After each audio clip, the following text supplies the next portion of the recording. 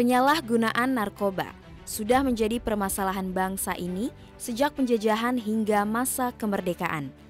Untuk menangani hal tersebut, pemerintah sudah memberikan atensi pada permasalahan narkotika sejak tahun 70-an. Hal ini dibuktikan dengan dibentuknya lembaga yang berwenang dalam penanganan narkotika. Munculnya lembaga tersebut merupakan respon pemerintah dalam menanggulangi permasalahan narkotika di Indonesia.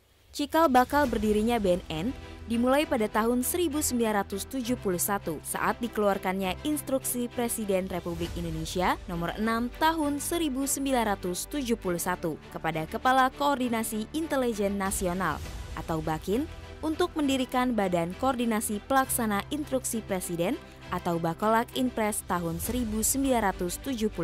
Bakolak Inpres memiliki 6 tugas khusus. Salah satunya yang penting bagi sejarah terbentuknya Badan Narkotika Nasional adalah berkaitan dengan penanggulangan penyalahgunaan narkoba. Pada saat itu, bidang penanggulangan penyalahgunaan narkoba diketuai oleh Brigjen Pol Dr. Andes Soekarjo Subadi SH. Dalam pelaksanaannya, Bakolak Inpres bekerja sama dengan departemen terkait antara lain Departemen Luar Negeri, Departemen Kesehatan, Departemen Sosial, Departemen Kehakiman, Departemen Pendidikan dan Kebudayaan, Departemen Penerangan, dan sejumlah instansi lainnya. Kemajuan teknologi serta perubahan sosial yang sangat cepat membuat undang-undang tentang narkotika perlu disesuaikan. Oleh karena itu, Presiden bersama DPR mengesahkan Undang-Undang Nomor 9 Tahun 1976 tentang narkotika. Pada perkembangannya, melihat permasalahan narkotika yang terus mengkhawatirkan, pemerintah bersama DPR mengesahkan Undang-Undang Nomor 5 Tahun 1997 tentang psikotropika dan Undang-Undang Nomor 22 Tahun 1997 tentang narkotika. Berdasarkan kedua undang-undang tersebut, Presiden B.J. Habibie membentuk Badan Koordinasi Narkotika Nasional atau BKNN melalui keputusan Presiden Nomor 116 Tahun 1999. Tugas BKNN ialah melakukan koordinasi dalam pencegahan dan pemberantasan penyalahgunaan dan peredaran gelap narkotika. Presiden Habibie menunjuk Komjen Pol Ahwilutan sebagai Kepala Pelaksana Harian BKNN yang pertama dan menunjuk Jenderal Pol Dr. Andes GPH Rosdiharjo selaku Kapolri sebagai Ketua BKNN secara ex officio. Namun sebagai badan yang sifatnya masih koordinatif, BKNN dirasakan tidak cukup kuat untuk menghadapi ancaman bahaya narkoba yang makin serius. Oleh karenanya, berdasarkan keputusan Presiden Nomor 17 Tahun 2002 tentang Badan Narkotika Nasional, pada 22 Maret 2002, BKNN resmi berubah menjadi Badan Narkotika Nasional. Tanggal inilah yang kemudian ditetapkan sebagai hari jadi Badan Narkotika Nasional Republik Indonesia dan diperingati setiap tahun, tepatnya setiap tanggal 22 Maret.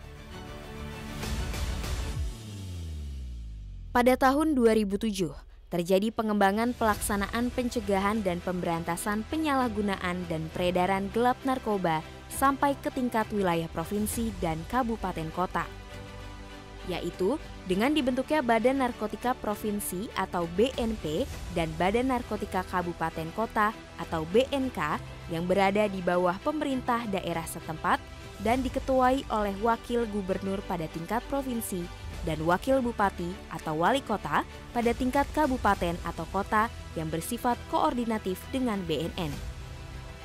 Hal ini sesuai dengan amanat Peraturan Presiden Nomor 83 tanggal 23 Juli tahun 2007. Meski upaya keras terus dilakukan, permasalahan narkoba di Indonesia ternyata semakin memprihatinkan. Payung hukum yang lebih kuat sangat diperlukan untuk mengatasi tantangan yang ada. Oleh karena itu, pemerintah dan DPR RI mengesahkan Undang-Undang Nomor 35 Tahun 2009 tentang narkotika sebagai pengganti Undang-Undang Nomor 22 Tahun 1997. Berdasarkan undang-undang tersebut, BNN diberikan kewenangan melakukan penyelidikan dan penyidikan tindak pidana narkotika dan prekursor narkotika. Setelah Undang-Undang Nomor 35 Tahun 2009 berlaku, maka kedudukan BNN sangat jelas. yaitu sebagai lembaga pemerintahan non-kementerian yang berkedudukan di bawah Presiden dan bertanggung jawab kepada Presiden secara langsung. Berdasarkan undang-undang ini pula, dibentuklah Badan Narkotika Nasional, Badan Narkotika Nasional Provinsi dan Kabupaten Kota yang merupakan perwakilan BNN di provinsi dan kabupaten atau kota.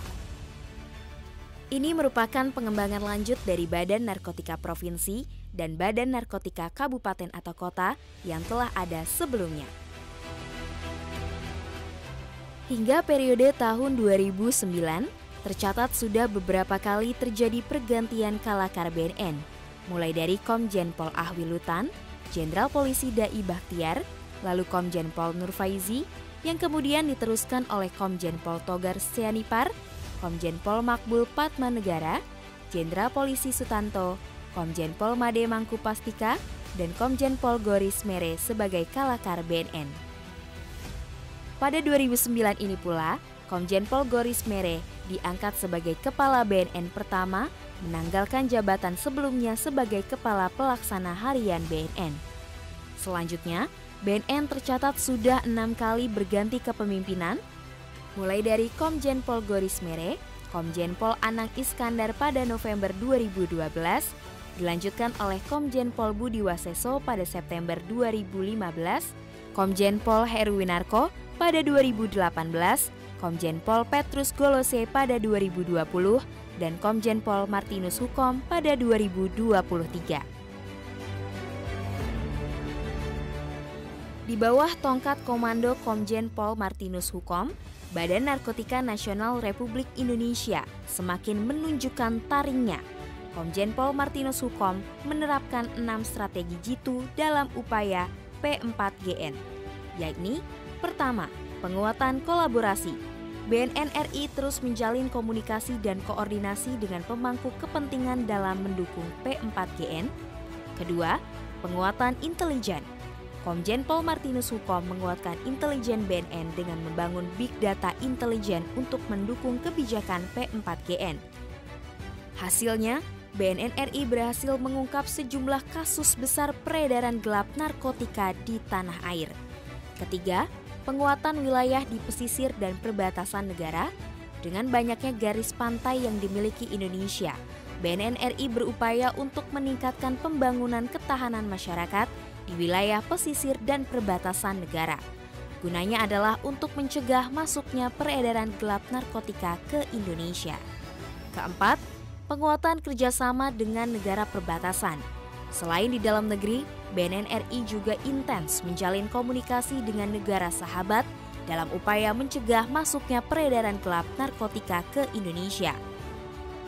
Kelima, pendekatan tematik dan ikonik diterapkan melalui penanganan permasalahan mendasar dan aktual di setiap wilayah rawan, intervensi berbasis data, sumber daya, serta kearifan lokal, penguatan ketahanan keluarga, dan lingkungan pendidikan. Keenam, penguatan sumber daya dan infrastruktur yang meliputi peningkatan SDM, optimalisasi anggaran, perbaikan sarana prasarana BNNP dan BNNK, serta penguatan manajemen media. Dalam dinamika perjalanannya, banyak pencapaian yang sudah dilakukan BNN hingga saat ini. Banyak kasus dan jaringan baik nasional maupun internasional yang berhasil diungkap. Badan Narkotika Nasional Republik Indonesia dibentuk, diperkuat, dan dibesarkan untuk menyelamatkan anak bangsa dari bahaya penyalahgunaan narkotika. Tugas yang berat tersebut tidak dapat dikerjakan sendiri tanpa dukungan dan kerjasama dari seluruh pemangku kepentingan. Cita-cita luhur ini dapat terwujud apabila kita semua bahu-membahu dalam mewujudkannya. Menyelamatkan bangsa adalah tugas utama yang mulia. Dirgahayu Badan Narkotika Nasional Republik Indonesia yang ke-23, dalam catur dharmamu, kami titipkan negara dan bangsa ini demi cita-cita Indonesia bersinar bersih narkoba.